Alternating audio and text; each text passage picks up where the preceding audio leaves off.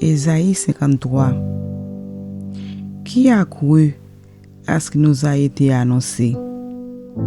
Qui a reconnu le bras de l'Éternel? Il s'est élevé devant lui comme une faible plante, comme un rejeton qui sort d'une terre desséchée.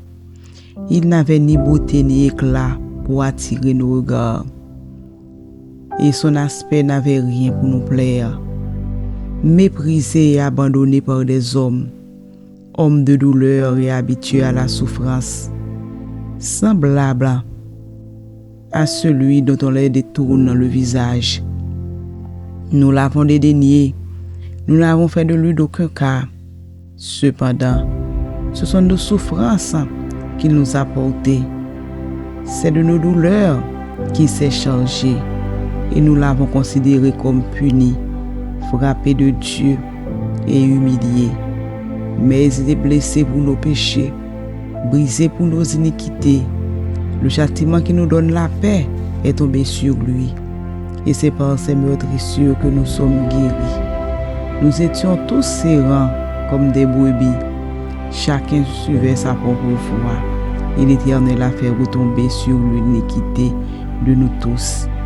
Il a été maltraité et opprimé, et il n'a point ouvert la bouche, semblable à un agneau qu'on mène à la boucherie, à une brebis muette devant ceux qui la tombent. Il n'a point ouvert la bouche. Il a été enlevé par l'angoisse et le châtiment, et parmi ceux de sa génération qui a cru qu'ils étaient retranchés de la terre des vivants et frappés pour les péchés de mon peuple. On a mis son sépulcre parmi les méchants, son tombeau avec un luc riche, quoiqu'il n'eût eu point commis de violence, et qu'il n'y a eu point de fraude dans sa bouche. Et il a plu à l'Éternel de le briser par la souffrance.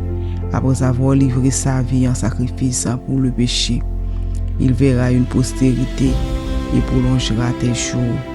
Et l'œuvre de l'Éternel en possédera entre nos mains. À cause du travail de son âme, il rassasiera ses regards. Par sa connaissance, mon serviteur juste justifiera beaucoup d'hommes, et il se changera de leur iniquité. C'est pourquoi je lui donnerai sa part avec les grands.